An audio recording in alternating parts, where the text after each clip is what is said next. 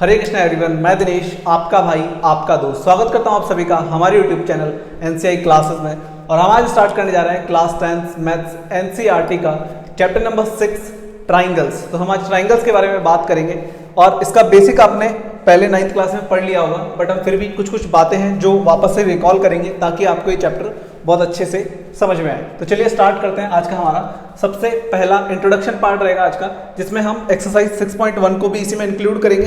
तो हम solution of exercise 6.1 भी इसी में करेंगे क्योंकि वो छोटी सी है, तो इसी में उसको कवर कर लेंगे। ठीक है, सो इंट्रोडक्शन पार्ट में मेरे पास सबसे पहला पॉइंट है बेटा कॉन्ग्रुएंट फिगर्स।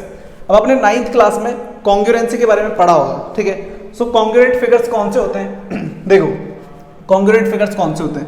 मान लो मेरे पास एक ट्राइंगल है। ठीक है, मेरे पास एक ट्राइंगल है, इसका नाम है बेटा ए बी एंड सी। ठीक है, मेरे पास एक और ट्राइंगल है जिसका नाम है डी ई और एफ। ठीक है, नाउ अगर कोई भी दो फिगर्स इनको हम पॉलीगन्स बोल सकते हैं। ठीक है, पॉलीगन मतलब होता है जिसमें बहुत सारी साइड्स होती हैं। ठीक है, और एक क्लोज फिगर होता है। ठीक है, तो अगर कोई भी दो पॉलीगन ऐसे हैं जिनमें साइड्स का लेंथ इक्वल है। सबसे पहली कंडीशन क्या है बेटा? साइड्स का लेंथ इक्वल है, मतलब उसका साइज सेम होना चाहिए। ठीक है, एक तो साइज सेम होना चाहिए, दूसरी बात शेप सेम होनी चाहिए। ठीक है, अगर ये दो कंडीशन फुलफिल हो जाती है हमारी, साइज सेम और शेप सेम, तो हम उसे बोलते हैं बेटा कॉन्ग्रुएंट फिगर्स। मतलब यहाँ पे हमें जो फिगर्स होंगे वो फोटो कॉपी होंगे एक दूसरे की। ठीक है, दोनों फिगर्स फोटो कॉपी होंगे, एक दूसरे की एग्जैक्ट कॉपी होगी। उनका नाम चेंज हो सकता है, लेकिन वो जो दोनों फिगर होंगे वो एग्जैक्ट सेम होंगे, उनका साइज सेम होगा, उनका शेप भी सेम होगा। ठीक है, सो मान लो अगर मैंने माना कि इसका 3 सेंटीमीटर साइड है, ये भी 3 सेंटीमीटर का है और ये भी 3 सेंटीमीटर का है, सो ये भी 3 होगा, ये भी 3 होगा और ये भी 3 होगा। ठीक है, सो अगर दो कोई भी शेप्स आपस में सेम शेप में है और अगर उनका साइज भी सेम है तो हम उन्हें क्या बोलते हैं बेटा? Congruent figures. सो आपने 9th क्लास में कॉन्ग्रुएंसी ऑफ ट्राइंगल्स के बारे में पढ़ा होगा। ठीक है, सो हमारे पास ट्राइंगल जो ए बी सी है बेटा, वो कॉन्ग्रुएंट है ट्राइंगल डी ई एफ के। ठीक है, ये आपने 9th क्लास में पढ़ा होगा। ठीक है, सो ये होते हैं हमारे कॉन्ग्रुएंट फिगर्स जब हमारे पास दो शेप्स सेम हो और उनका साइज भी सेम हो, मतलब उनकी जो साइड्स की लेंथ है वो सेम हो, तो उन्हें हम बोलते हैं बेटा कॉन्ग्रुएंट फिगर्स। अब इसी के साथ हमारे पास आता है बेटा नेक्स्ट जो हमें इस चैप्टर में पढ़ना है, सिमिलर फिगर्स। तो देखो सिमिलर फिगर्स का क्या मतलब है। यहाँ पे शेप तो सेम होगी बट साइज सेम नहीं होगा। यहाँ पे शेप तो सेम होगी बट साइज सेम नहीं होगा। ठीक है, मान लो एक ट्राइंगल है ये। ठीक है, ये है ए बी सी। ठीक है, और एक ट्राइंगल है ये डी ई एंड एफ। अब ये दोनों ट्राइंगल्स सिमिलर है, कॉन्ग्रुएंट नहीं है, सिमिलर है, मतलब दिख एक जैसे रहे हैं, लेकिन इनका साइज क्या है बेटा? अलग अलग है। ठीक है, सो यहाँ पे हमारे पास क्या होता है? शेप सेम होता है लेकिन साइज सेम नहीं होता है। सो सिमिलर ट्राइंगल्स या सिमिलर फिगर्स क्या होते हैं? चलिए, to polygons of the same number of sides, उनमें क्या होनी चाहिए? सेम नंबर ऑफ साइड्स होनी चाहिए, पहली condition.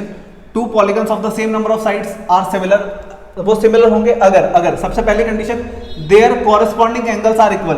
There corresponding angles are equal, उनके कॉरेस्पॉन्डिंग एंगल इक्वल होनी चाहिए। ठीक है, मतलब क्या है इसका? देखो मान लो ये वाला जो एंगल है मेरे पास वो है बेटा 60 डिग्री। ठीक है, ये वाला एंगल है 60 डिग्री और मान लो यहाँ पे ये वाला एंगल है 60 डिग्री।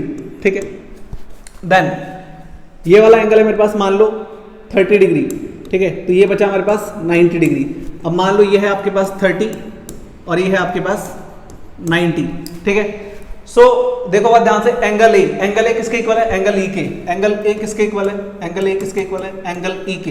भाई एंगल ए भी 60 है, एंगल ई भी 60 है, एंगल बी है 30 और एंगल डी है 30, तो एंगल बी किसके इक्वल है? एंगल बी किसके इक्वल है? एंगल डी के।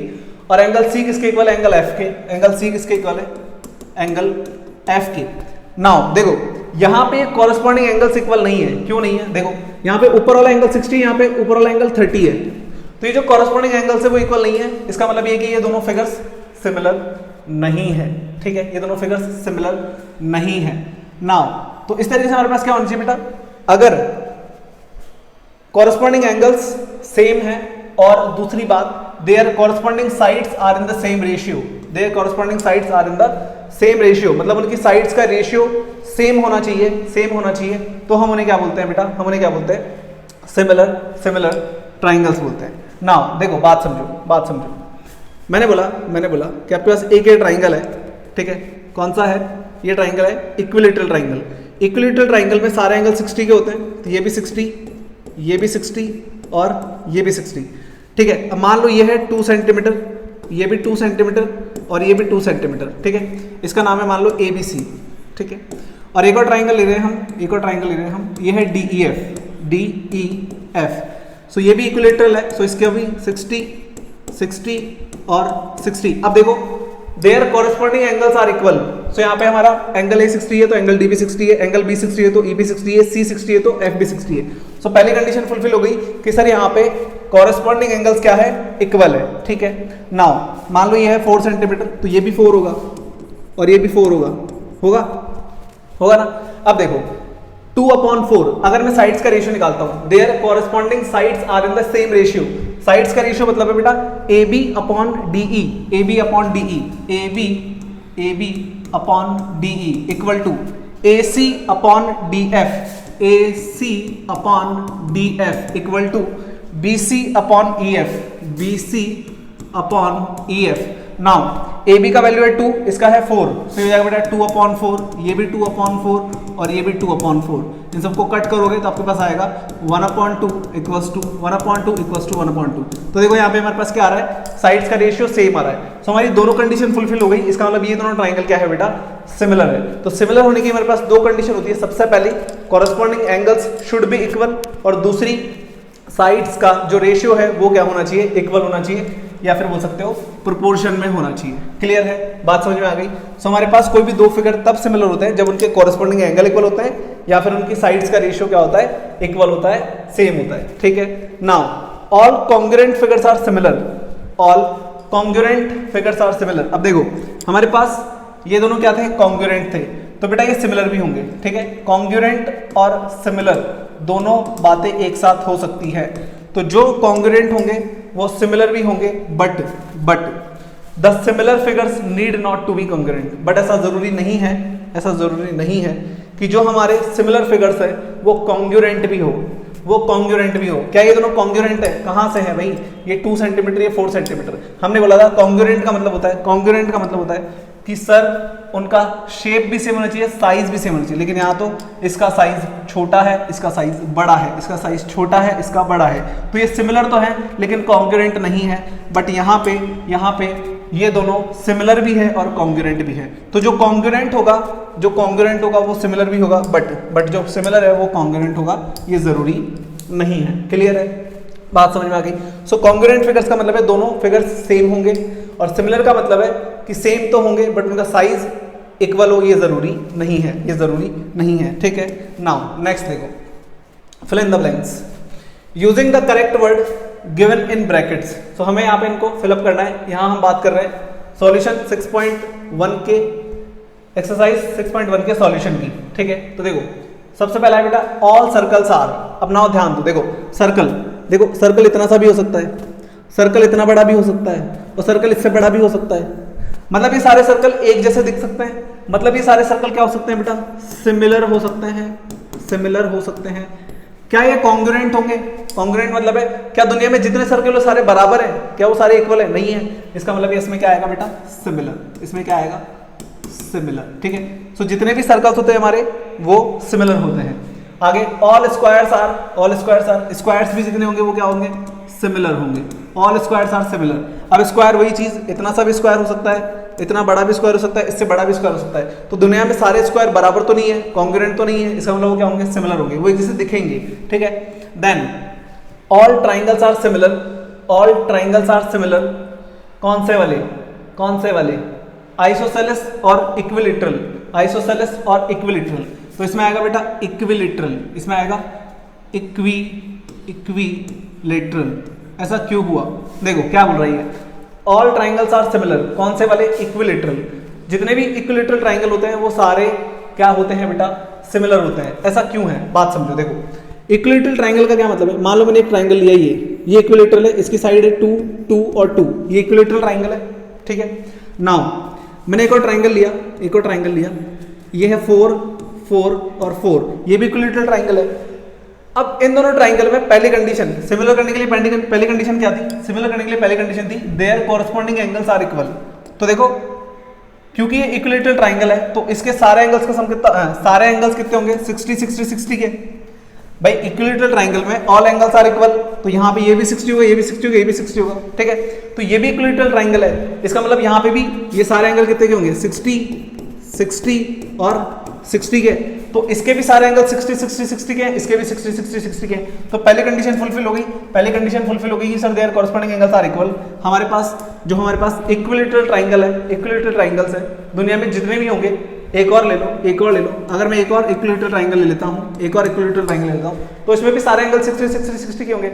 इसका मतलब दुनिया में जितने भी इक्विलेटरल ट्राइंगल है सबकी पहली कंडीशन फुलफिल हो जाएगी, कॉरस्पॉन्डिंग एंगल्स आर इक्वल। बात समझ लो। नाउ अब अगर मैं रेशियो निकालता हूं तो देखो 2/4 सेम आ रहा रेशियो।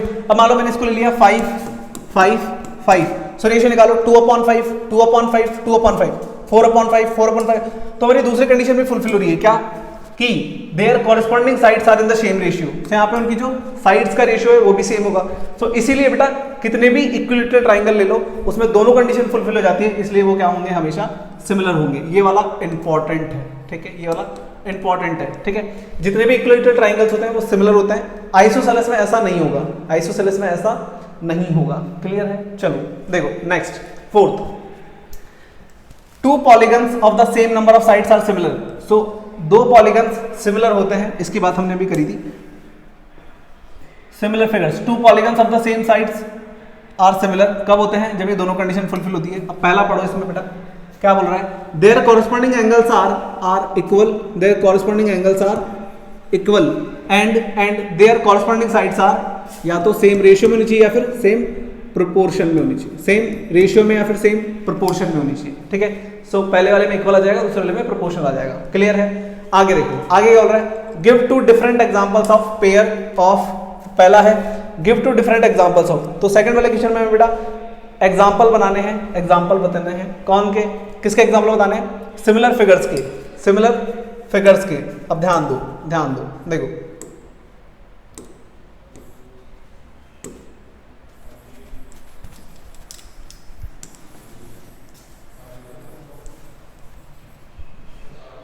चलो देखो क्या बोल रहा है? सिमिलर फिगर्स के 2 एग्जाम्पल दो। सिमिलर फिगर्स के 2 एग्जाम्पल देखो, एक सर्कल ले लो, एक बड़ा सर्कल ले लो, ठीक है, ये दोनों सिमिलर है। उसी तरीके से एक और ले लो, एक स्क्वायर ले लो, एक बड़ा स्क्वायर ले लो, ठीक है। तो ये दोनों भी सिमिलर है। सिमिलर मतलब है दोनों का शेप सेम होना चाहिए, साइज सेम है या नहीं उससे मतलब नहीं है, ठीक है। सो हमारे पास ये दोनों तो हो गए किसके बेटा? सिमिलर फिगर के एग्जांपल। आगे बोल रहा है नॉन सिमिलर फिगर के। नॉन सिमिलर कब होंगे? उनका शेप ही अलग कर दो। शेप जैसे एक को ले लो सर्कल और एक को ले लो ट्राइंगल। अब बताओ क्या ये कभी सिमिलर हो सकते हैं? सर हो ही नहीं सकते। शेप सेम होनी चाहिए सबसे पहली बात, तो सिमिलर तभी होते हैं, तो यहाँ पे ये सिमिलर नहीं होंगे। और ले लो, एक ले लो स्क्वायर, ठीक है, और एक ले लो पैरेललोग्राम, क्या ये दोनों सिमिलर होंगे? बिल्कुल नहीं होंगे, ठीक है। सो ये दोनों हो गए हमारे नॉन सिमिलर फिगर्स के और ये दोनों हो गए सिमिलर फिगर्स के। सिमिलर मतलब शेप सेम, साइज इक्वल हो या नहीं हो पता नहीं है, जरूरी नहीं है। और नॉन सिमिलर में बेटा शेप ही चेंज कर दो।